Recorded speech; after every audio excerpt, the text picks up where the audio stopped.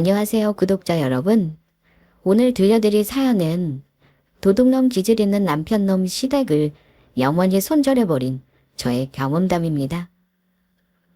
돈 앞에서는 가족도 함부로 믿어서는 안 된다는 말이 있죠? 저는 가장 가까운 사람이라고 믿었던 배우자가 오로지 돈 욕심을 내고 저를 속인 일로 이혼했습니다. 벌써 2년 전 일이 되었네요. 전 남편이 된 그 사람은 차마 상상도 하지 못할 방법으로 저를 속였던 사람입니다. 부부 사이에 믿음이 가장 중요한 건데 그걸 배신했으니 이혼은 당연한 거겠죠? 그런데다 전 남편이 저 속이고 돈 빼돌린 거 응징하느라 시간이 좀 걸렸습니다. 우리나라는 엄연히 부부 별산제인 거 아시죠? 요즘 결혼하는 사람들은 거의 맞벌이 하는 경우가 많으니까 아예 처음부터 각자 관리하는 경우도 많은 걸로 압니다. 저는 결혼하고 줄곧 남편과 버는 돈을 각자 관리하고 생활비만 공동으로 관리했어요. 둘 다 월급쟁이라 들어오는 돈은 거의 매달 일정하니 저축과 주식 같은 투자로 조금씩 재산을 불려갔습니다. 주식이나 펀드 같은 건 사실 제가 잘 모르기 때문에 남편 증권 계좌로 투자하고 제가 가끔 확인하는 정도였고요. 신혼집이 우리 부부는 아이 갖는 건 집 마련한 이유로 미뤘습니다.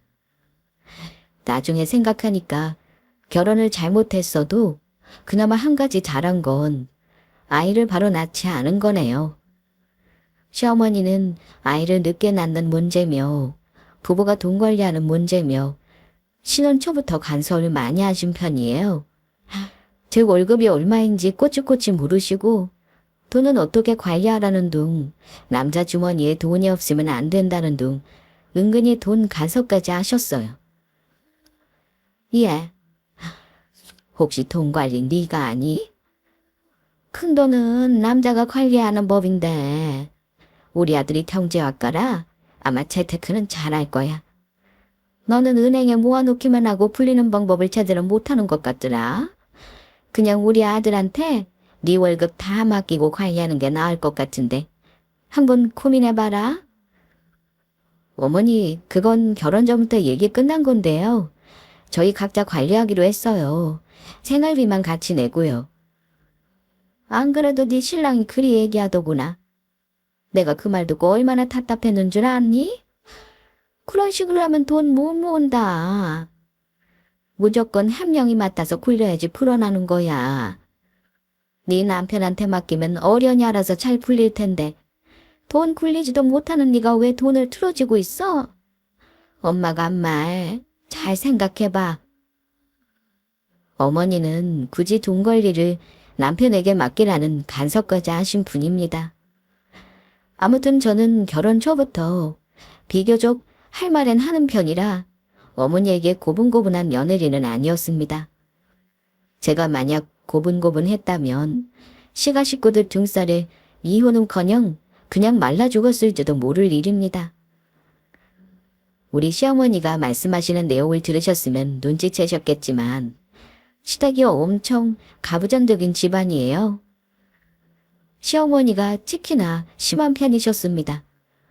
근데 가부장적이고 며느리에게 잔소리 하려면 자식 며느리에게 어느 정도는 해줄 거 해주고 큰소리를 치셔야 하는 법인데 결혼할 때 시부모님이 금전적으로 도움 주신 건 거의 없습니다. 어쩜 그 집안 하나뿐인 장남인데도 한 푼도 안 보태주시더라고요. 처음 인사 갔을 때는 아예 대놓고 말씀하시긴 했습니다. 보다시피 우리 사는 게 이래서 말이다. 내가 아들 둘 장가 보내려면 아주 허리가 다 휘지 않겠니?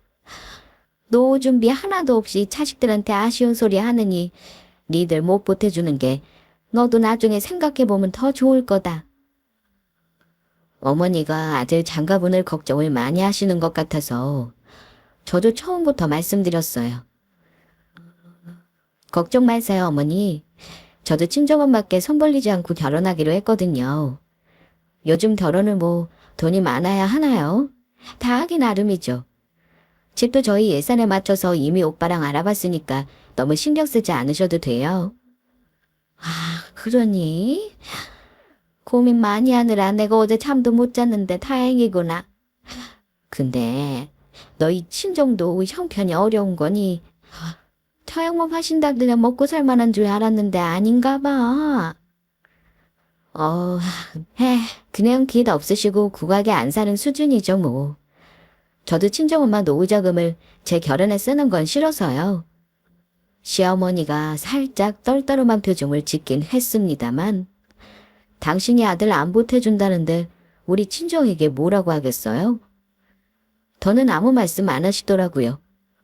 우리 친정이 시댁보다는 여유가 있었지만 저도 우리 친정엄마 도움 안 받고 결혼할 생각이었고 남편과는 인사드리러 가기 전부터 서로 가진 돈 오픈하고 전세적은 대출까지 전부 알아본 상태라서 그건 서운하지 않았습니다.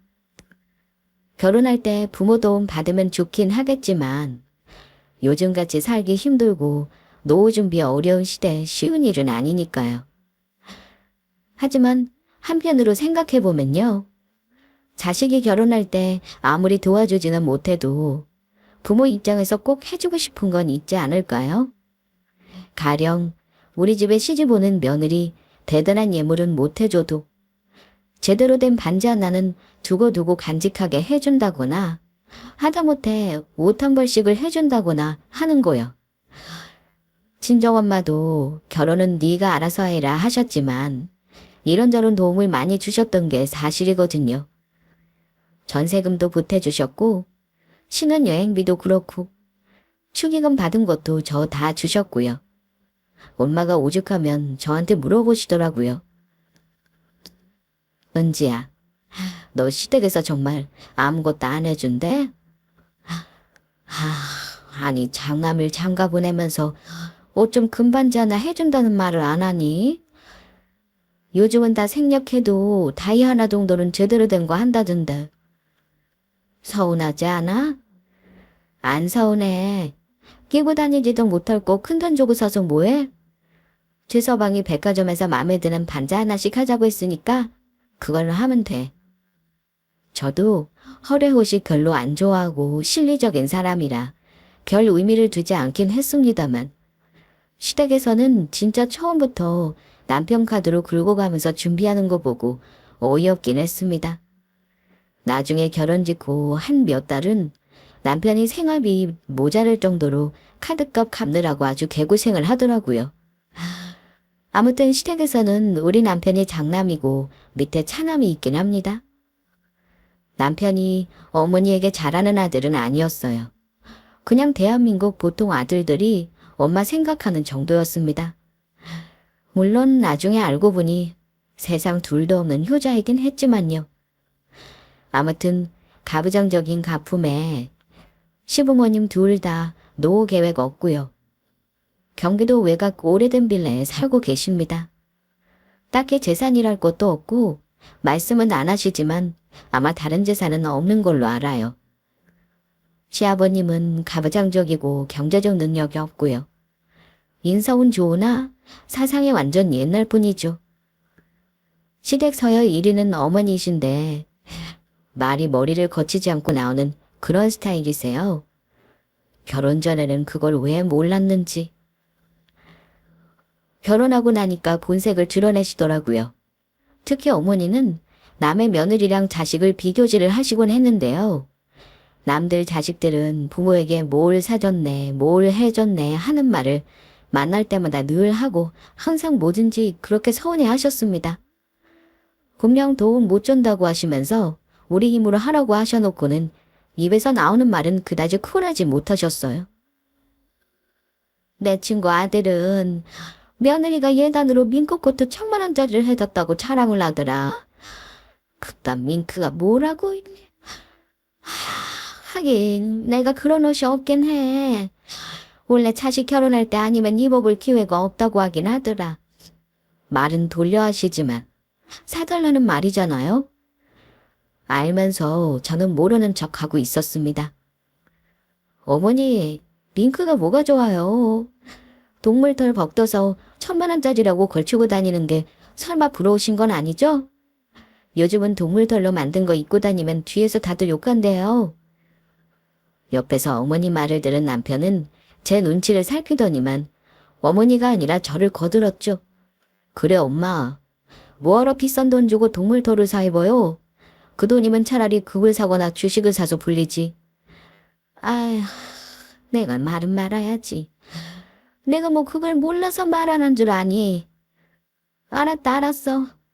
어줍잖은 예단 하느니 제대로 된 거 하나 해오는 게 낫지 않나 해서 말해본 거다. 저는 어머니 말 듣고 깜짝 놀라서 말씀드렸습니다. 어머니, 예단은 상견 낼 때 간소하게 하자고 어머니 입으로 말씀하신 거잖아요. 그래서 우리 친정엄마는 제가 알아서 하라고 하셨는데요. 안 싸돈 되실 분이 참 합리적이고 자식들 입장 헤아릴 줄 아는 분이라면서 엄마가 칭찬 엄청 하셨거든요. 혹시 예단으로 정말 밍크코트 원하시는 건 아니시죠? 뭐, 그래. 내가 그냥 친구는 그렇다고 얘기한 거지. 사달라는 뜻으로 말한 건 아니다. 이 신경 쓰지 말어. 어머니는 당신 입으로 뱉은 말이니 어쩔 수 없다 생각했는지 더 이상 말씀은 안 하셨습니다. 어머니도 양심이 있다면 저한테 뭐 해달라는 소리는 하시면 안 되는 게 맞아요. 그도 그럴 것이 집 얻는 돈이랑 결혼식 비용 전부 정산해보니까 제가 거의 80%, 남편이 20%더라고요. 이건 어머니도 아셔야 할 것 같아서 제가 아예 표로 만들어 어머니랑 아버님 보여드렸습니다. 그렇게 하니까 저에게 뭐 해달라는 말은 일절 못하시더라고요. 어머니가 속물 같은 구석이 있긴 하지만 저는 어머니 속이 다 지려다 보여서 결혼하고 나서도 남들과 비교하든 말든 저는 할 말은 다 하고 살았어요. 늘 본전도 못 찾는 건 어머니 쪽이었습니다. 남편도 바보가 아닌 이상 어머니 말이 무슨 뜻인지는 알았겠죠. 하지만 제 눈치 보느라 말을 못했을 겁니다. 어쨌거나 남편과 연애할 때 결혼하자고 저를 남편이 좋다고 죽자사자 쫓아다녀서 결혼해서 그런 건지 몰라도 결혼 전에 시부모님 상태를 짐작 못했어요. 남편이 워낙 좋은 분들이라고 얘기하길래 그냥 평범한 수준의 분들인 줄 알았습니다. 몇 번 만나보지도 않았으니까 제가 파악하지 못한 잘못도 있고요. 저는 어머니가 다른 집 자식 며느리 비교하는 건 참을 수 있었고 며느리에게 심술 부리는 건 다 참을 수 있었는데요. 어머니 언행 중에 제가 유독 기분 나쁘게 느끼는 것이 있긴 했어요. 다름 아닌 어머니가 우리 친정을 은근히 무시하셨다는 겁니다. 제가 사실 아픔이라면 아픔이 있는데요. 아버지가 폐암 투병하시다가 대학교 3학년 때 일찍 돌아가셨고 남동생과 저를 엄마가 고생 많이 하시며 키웠어요. 엄마는 집에만 계셨던 분은 아니셨고 아빠랑 같이 동네에서 오래 세탁소를 운영하셨습니다. 그래서 다행히 경제적으로 힘들지는 않았어요. 엄마가 혼자 일하시는 게 힘들긴 하셨을 겁니다. 그래도 저랑 동생 대학 공부 다 시켜주셨고 집 걱정, 돈 걱정 안 하게 해주셔서 너무나 감사드리고 있어요. 저는 졸업하고 바로 지금 다니는 화장품 회사에 입사했고 저와 연년생인 남동생은 검찰 사무직 합격해서 검찰청에서 근무합니다. 이 정도면 저는 엄마가 자식 농사 성공하신 거라고 생각해요. 무엇보다 경제적으로 자식들에게 기대지 않는 것만 해도 성공한 삶 아닌가요? 어머니는 친정 사정을 다는 모르셨지만 나름 자영업하시고 집 있고 차 있는 우리 엄마가 은근히 부러우셨는지 간혹 과부라는 단어를 쓰면서 깎아내리실 때가 있었습니다. 옛날에는 과부가 애들 키우고 살기 힘들었을 시절이야. 여자가 혼자 있고 바깥일까지 하면 남자들이 가만 놔두질 않으니 동네에서도 안 좋은 소문이 나면 빼박 혼자 사는 여자가 뒤집어 쓰기 마련이지. 그래도 안 싸더던 재혼 안 하고 참 잘 견디셨네. 그건 내가 인정한다. 참 대단하셔. 엄마 칭찬 같은데도 듣고 나면 은근히 기분 나쁘더라고요. 특히나 과부라는 단어 때문에 더 그랬습니다. 그 이후에도 어머니가 툭 하면 과부가 어쩌고 하시길래 참다 못해 말씀드린 적도 있어요. 어머니, 죄송하지만 제가 몇 번 듣다가 말씀드리는 건데요. 과부라는 말은 좀 삼가해 주시겠어요? 아무 뜻 없이 하는 말인 건 저도 알지만 혹시 저희 엄마 앞에서 실수하실 수도 있으니까요. 어머니 입에서 과부라는 말 들을 때마다 제가 가슴이 무너져서 그래요. 어머니는 뜨끔하시는 듯 했습니다. 어머, 너 기분 나쁘라고 한 말은 아닌데. 그래, 알았다. 내가 다음부터는 조심하마. 어머니는 직선적으로 말씀을 드려야 꼭 알아들으시더라고요. 저는 중간에서 남편이 중재 역할을 잘하는 걸 바라지 않았습니다. 기분 나쁘거나 해야 할 말이 있으면 제가 직접 했어요.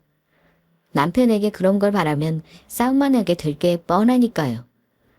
남편은 시어머니와 종종 갈등이 있을 때는 제 눈치를 보면서도 자기 엄마에게 너무 함부로 말을 한다고 생각하는 건지 혼자 삐칠 때도 있었습니다. 당신 가끔 보면 우리 엄마한테 따박따박 말대꾸를 매번 하는 거 알아? 우리 엄마가 속 없는 얘기하신다는 건 나도 아는데 매번 당신이 이겨먹는 거 보면 나도 기분이 좀 그래. 안 그래도 나 결혼하고 나서 엄마한테는 제대로 잘해드리지도 못하는데 당신이 좀 말이라도 부드럽게 해드리고 뭐라도 사다 드리고 하면 안 되냐? 누가 효도 못하게 말려? 하고 싶으면 당신이 잘해드려. 어머니가 밉상으로 말씀하시는 일만 없어도 나랑 부딪히는 일 없을 거야. 그건 당신도 알고 있지? 그렇기야 한데 당신이 좀 이해해 줄 수 없어? 우리 엄마가 장모님보다 돈이 많으신 것도 아니고 아들 하나 장가 보내신데 영 아까워서 그러신 거잖아.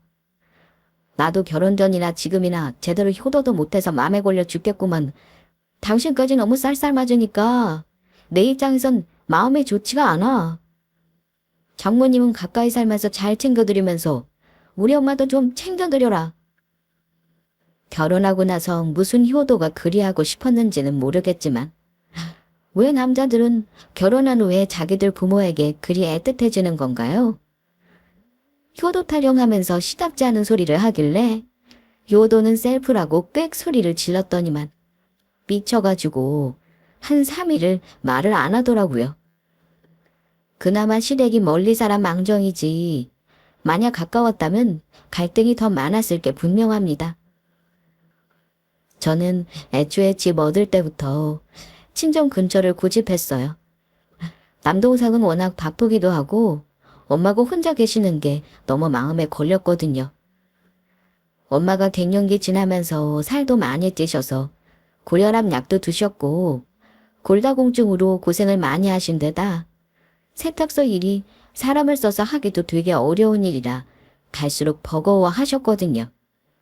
제가 가게 팔고 여행 다니며 다른 손주 본 할머니처럼 편하게 사시라 해도 엄마는 생업에 접을 생각이 없으셨습니다. 엄마, 이제 세탁소 일 버겁지 않아? 엄마 통장에 돈 쌓아둔 거 언제 쓰려고 그래? 이제는 편하게 여행도 좀 다니고 여유 가지고 살자. 나랑 동생 해주는 용돈만 받아도 엄마 혼자 충분히 먹고 쓰잖아. 엄마 지난번에 대상포진 때문에 고생한 거 잊었어? 진짜 이제는 엄마 일도 쉬엄쉬엄 해야 한다니까? 아직 할만하냐 하는 거야. 사람이 일 안 하고 집에 있으면 더 아픈 법이야. 엄마 통장에 차곡차곡 돈 쌓여도 다 쓰고 갈 테니까 걱정 말어. 혹시 엄마 더 나이 들어서 아프면 병원비 많이 들 텐데 니들 통복종 안 할 정도는 해야 엄마 마음이 편해서 그래. 저나 남동생이 세탁기술 이어받을 수 있는 것도 아닌데 일 욕심이 너무 많으셨어요. 세탁소 일로 집도 사고 재산도 일궜으니까 아마 더 놓을 수가 없으셨을 겁니다.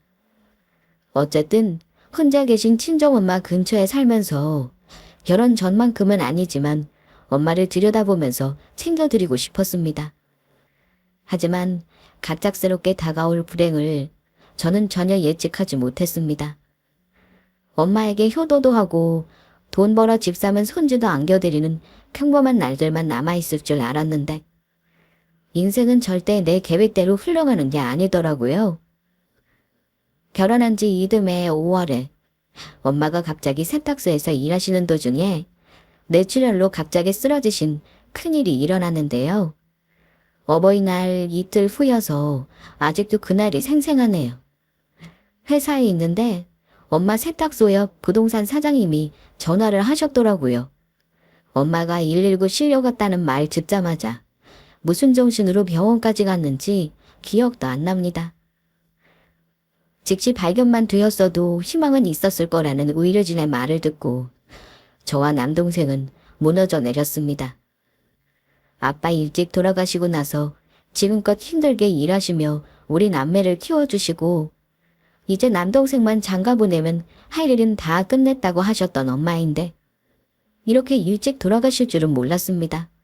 엄마는 응급수술을 했음에도 다시 눈을 뜨지 못하셨고 의식불명의 그 상태로 이틀을 더 버티다가 친정오빠 곁으로 떠나셨습니다. 그나마 이틀을 버텨주신 것은 갑자기 바로 떠나버리시면 저와 동생이 너무 놀랄까봐 그러셨던 것 같아요. 그래도 남편이 엄마 장례면 앞골당이며 옆에서 많은 도움을 줬습니다. 남동생이 검찰직 공무원이라 같은 사무실에 있는 검사님도 오시고 친하게 지낸다는 변호사와 경찰분들, 직장 동료들도 많이 오셨는데 그때는 남동생이 참 든든하더라고요.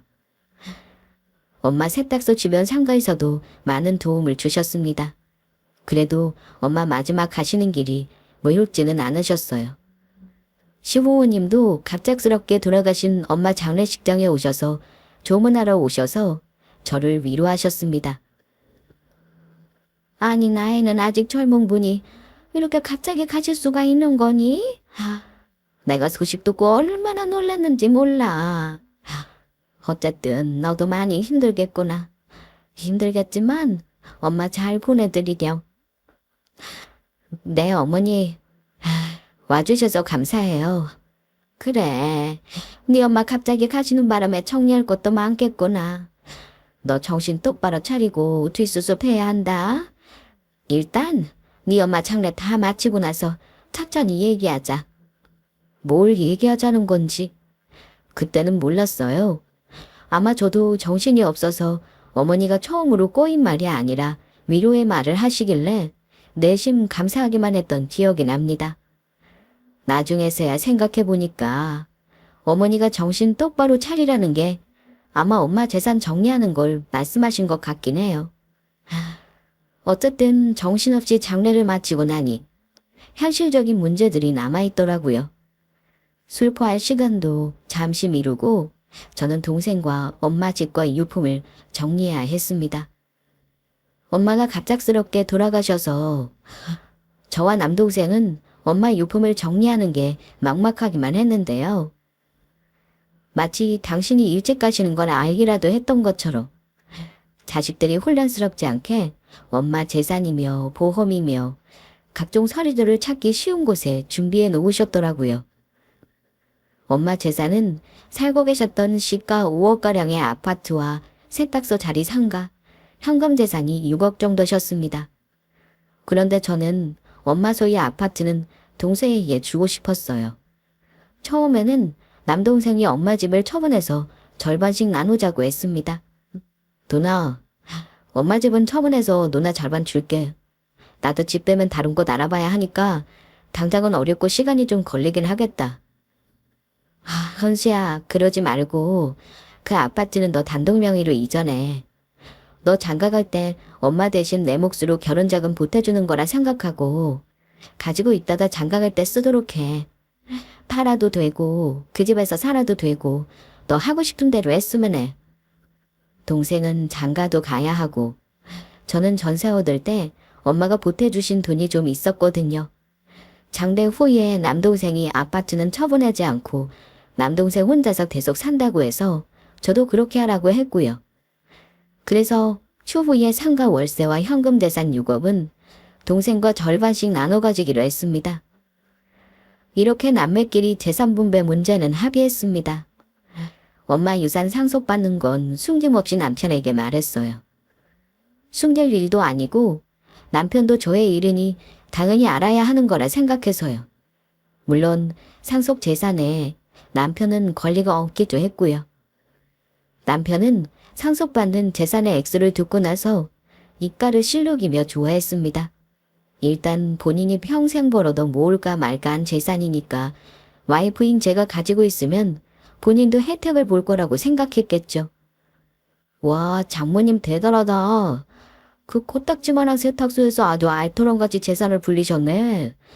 내가 장모님 알부자이구라고 짐작을 했는데 이 정도일 줄은 몰랐네. 대놓고 좋아하면 제가 화낼 게 뻔하니 차마 티는 못 냈지만 남편은 어쩐지 그날부터 살짝 들뜬 모습이었습니다. 가끔 콧노래를 부르기도 했고요. 그런데요. 엄마 돌아가시고 나서 재산 정리하는 문제에 심오한 남편이 자꾸 과도한 관심을 보이며 간섭을 하기 시작했습니다. 특히 저와 남동생이 상의하고 합의한 유산을 가지고 시댁 쪽과 남편이 저와 남동생에게 딴지를 걸었는데요. 남편도 아니고 왜 시어머니가 딴지를 거는지 웃기더라고요. 어머니가 저 장례 치르고 몸 추났다면서 반찬 챙겨주시겠다고 올라와서는 저한테 제 남동생 얘기를 넌지시 물었습니다. 네 남동생이랑은 엄마 재산 어찌 나눌지 얘기 다 끝난 거니? 갑자기 우리 엄마 재산은 왜 관심을 보이시나 했죠. 네, 동생이랑 얘기는 다 끝났고요. 집은 동생 살고 있으니까 제가 단독 명의로 하라고 했어요. 나머지는 절반씩 나누기로 했고요. 그게 혹시 얼마나 되니? 너희 친정엄마 세탁소만 30년 하신 거라며. 완전 알부자라고 아들이 그러더구만. 정말이니? 남편이 우리 엄마가 알부자라는 소리를 언제 했는지 모르겠지만 어쨌든 어머니가 속없이 그런 말을 하길래 있는 그대로 다 말씀드렸습니다. 어머니 눈이 정말 시동그레지더라고요. 아마 몇 푼이나 되나 싶었는데 생각보다 액수가 커서 놀랐던 거겠죠. 그런데 어머니는 제가 남동생에게 아파트를 주기로 했다는 걸 못마땅히 하셨습니다. 예, 아무리 남동생이라지만 이런 문제는 정확하게 해야지. 내 친정엄마가 둘이 똑같이 나누라고 한 재산인데 집을 왜 그렇게 쉽게 넘기는 거니? 그래서 제가 잘 설명했어요. 사실 설명할 필요도 없는 거지만요. 그런데도 어머니는 혀까지 차며 이러시더라고요. 원래 돈 앞에서는 형제고 뭐고 없는 거야. 너 그렇게 물러터지게 하면 나중에 동생한테 뒤통수 맞는다. 처음부터 칼같이 하는 게 좋은 거야. 사돈총각이 집 달라고 요구한 거면 내가 사돈총각 불러다가 잘 얘기해 볼까. 어머니에게 유산 분배 문제를 설명할 때부터 짜증이 났지만 저 말 들으니 그때는 화가 나기 시작했습니다. 그래도 우리 엄마 장례식 와주시고 없는 형편에 조의금도 50만 원 해주신 게 고마워서 참은 거였는데 선 넘는다 싶었어요. 어머니가 뭔데 내 동생을 불러서 재산 문제를 말하냐고 한마디 하려는 찰나 갑자기 남편이 끼어들더라고요. 엄마, 그만하세요. 장모님 유산 문제는 집사람이랑 처남이 알아서 할 일이지 어머니가 이러쿵저러쿵 하실 일 아니에요. 자꾸 이러시면 우리 집사람 기분 상해요. 웬일로 제대로 내 편을 드나 했는데 아니나 다를까 어머니는 아들의 반응에 서운한 기색이 역력하셨습니다. 니들이 아직 경험이 없어서 모를까봐 간섭하는 거지 딴 뜻은 없어. 내가 설마 아니 며느리 재산 탐나서 그럴까봐. 그래 알았다. 니들 마음대로 해라. 어른이 말해주면 고마운 줄 모르고. 어머니는 화를 버럭 내시고 가버리셨습니다. 남편은 어머니 대신 사과하겠다고 말하더니만 저에게 조심스레 여러 가지를 묻더라고요.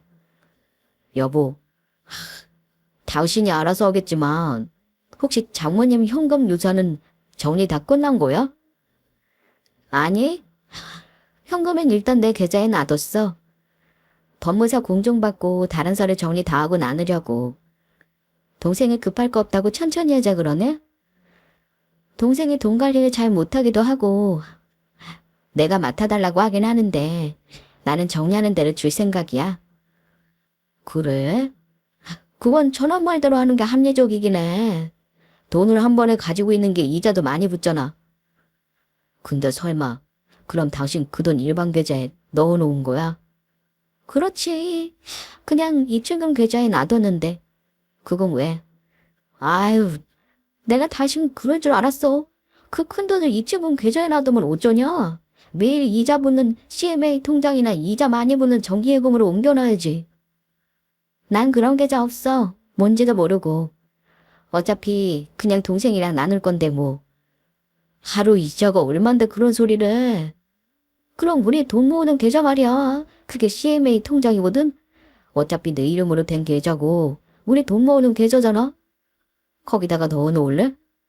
나중에 처남이 나누자고 할 때 이자 동산에서 빼줄게.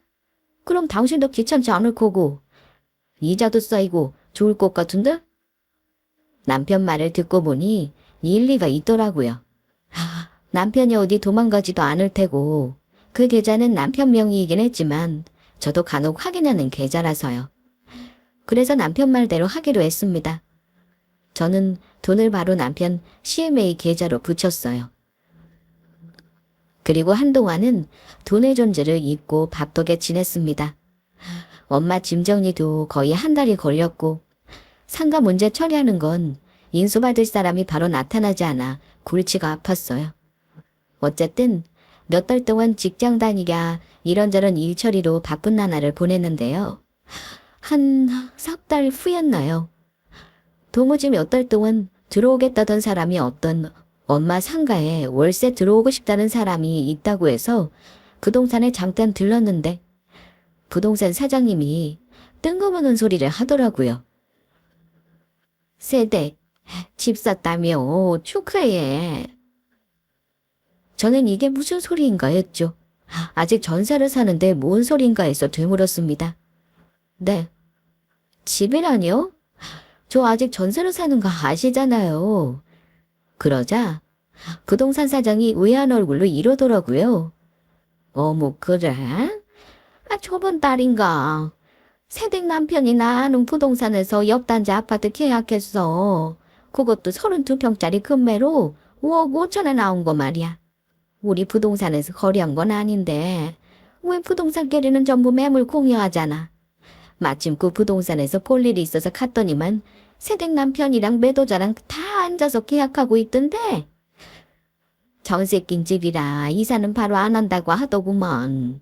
아마 잔금도 다 치른 걸로 아는데 설마 새댁은 모르는 일이야?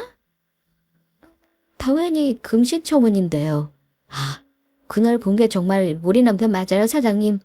아유, 새댁집도 나랑 거래한 건데 내가 얼굴을 모를까 봐. 아니, 이상하네. 분명히 새댁 시어머니가 아들 싱글벙글하면서 아들이 집 사주는 거라고 자랑을 하셨거든. 나는 새댁 신랑이 돈 많이 벌어서 산 줄 알았는데 그걸 새댁에 모르게 했단 말이야? 그 큰 돈으로 집을 사는데도? 어찌된 일인지 알아봐야겠다 싶던 저는 일단 사장님께 부탁해서 그 집 주소를 알아냈습니다. 원래 그러면 안 된다고는 하지만 남편이 산 집을 제가 모른다는 게 말이 안 되잖아요. 그래서 집 주소 등기부를 떼어봤는데요. 황당하게도 집 명의가 우리 시어머니 이름이었습니다. 물론 세입자가 있으니 이사는 안 하셨고요. 이상한 기분이 들더라고요. 제가 아는 한 시모는 절대 그 집에 살 금전적인 여유가 없는 분이셨고 그건 남편도 마찬가지였습니다. 불길함을 느낀 저는 남편에게 따져 물어야겠다 생각하고 일단 집에 와서 노트북을 켰습니다. 남편이 맡아서 돈을 굴린다는 CMA 통장인지 뭔지를 일단 들여다보려고 했어요. 그런데 남편 인증서로 로그인을 몇 번 해서 확인해봐도 계좌에 잔고가 없었습니다. 고작 몇만 원이길래 저는 로그아웃, 로그인을 몇 번을 했는지 몰라요. 분명 그 통장에는 엄마가 받은 유산도 있었거든요. 처음에 돈 맡길 때 분명 확인했고 중간중간 남편이 저에게 화면을 들이밀며 이자를 확인시켜줬기에 믿었었는데 이게 대체 뭔가 싶었어요. 생각해보니 한 달 전부터는 제가 계좌 잔고 확인을 안 하긴 했더라고요. 모든 정황은 남편놈이 그 돈을 빼서 어머니 집을 사줬다는 걸 향하고 있었습니다. 하지만 확인은 필요했어요. 다혈질인 저는 퇴근한 남편이 들어오자마자 멱살부터 잡아 소파에 앉게 했습니다. 남편은 엄청 당황했죠. 제가 키도 크고 힘도 세지만 분명 남자임은 못 당할 텐데 당황했는지 순순히 끌려오더군요. 당신 똑바로 말해. 내 돈 어딨냐? 당신이 이자 붙여준다고 우리 엄마 유산 전부 입금해 놓은 통장에 꼴랑 6만 원 있던데 전부 어디 갔어? 다른 데로 말해. 여보, 일단 내가 정보 설명할게. 이거 놓고 말해. 남편 동공에 지진이 오는 거 보고 이 인간이 그 돈을 쓴 게 맞는구나 확신했습니다. 저는 등기부등본을 남편에게 집어던졌어요. 오늘 부동산 사장님이 나더러 집 샀다고 축하한다더라. 우리가. 난 집 산 적 없는데 대체 뭔 소린가 했어. 당신 저번 달에 어머니까지 모시고 와서 부동산에서 계약했다며. 다른 데로 말해. 이 등기부등본에 어머니 이름으로 된 거 무슨 돈으로 샀니? 그러자 남편은 자포자기한 듯 뻔뻔스럽게 말했습니다. 미리 상의했어야 하는데 미안. 당신이 사실대로 말하면 반대할까봐 일단 저지르고 나중에 설명하려고 했어. 사실은 내가 그 아파트 사서 어머니 선물로 해드린 거야. 갑자기 금매로 나온 거라 놓칠 수가 없었거든. 그래서 당신 돈 좀 내가 뺏어 썼다. 우리 어머니 명의로 한 건 엄마가 평생 자기 집을 못 가져봐서 해드린 거고. 어차피 우리 엄마 먼 날 돌아가시면 우리가 물려받을 거니까. 내가 이번에 엄마 집 사드리면서 처음 장난너로 제대로 한 것 같아서 뿌듯하더라. 그 돈 어디로 간 거 아니고 집 사는 데 쓴 거니까 너무 화내지 마. 당신 돈인 건 알지만 나도 이럴 때 마누라도 좀 보고 자식 노릇 좀 하자.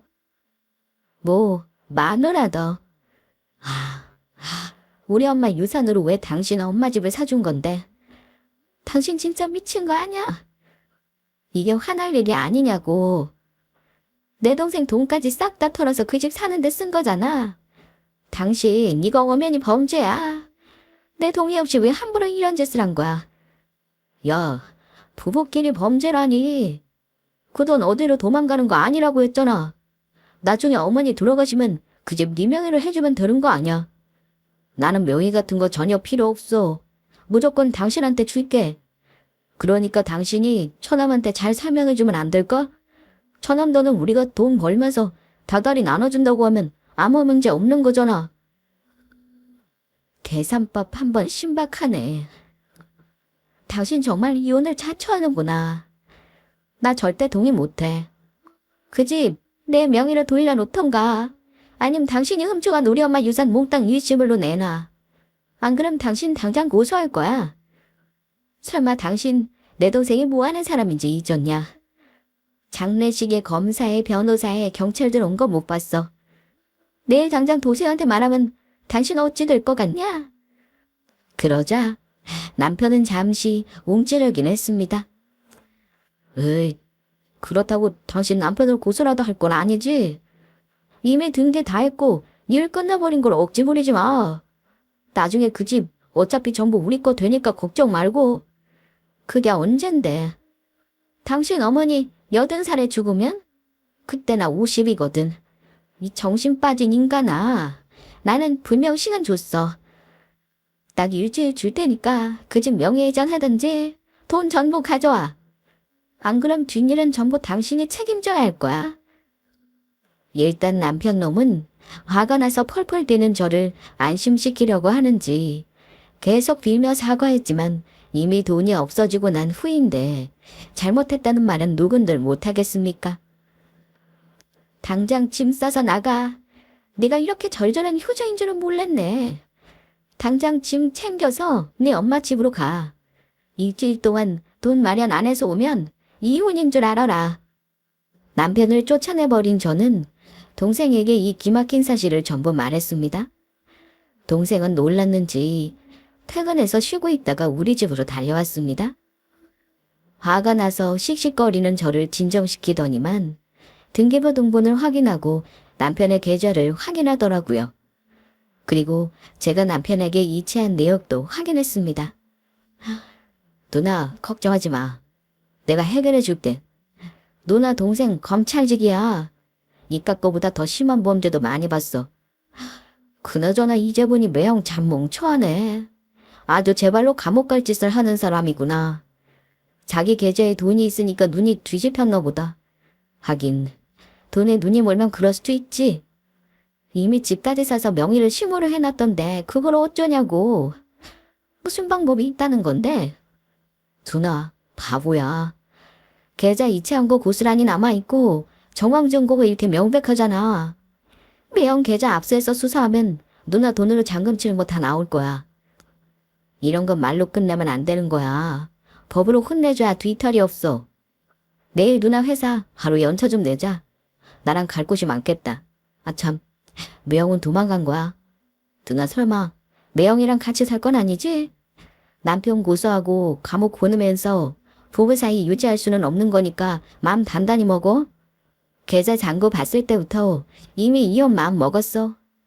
나는 끝까지 할 수 있는 방법 다 동원해서 돈 찾을 거니까 나 좀 도와줘. 걱정하지 마. 그나마 도박으로 안 날리고 집 산 게 천만 다행인 줄이나 알아. 이 형이 호자라 다행이네. 하하하하. 하. 동생은 그 상황에서 심지어 여유를 보이며 웃더라고요. 아마 불안한 저를 안심시키려고 그랬던 거라 생각합니다. 저는 동생이 하자는 대로 다음날 연차를 내고 경찰서에 가서 고소장을 작성했습니다.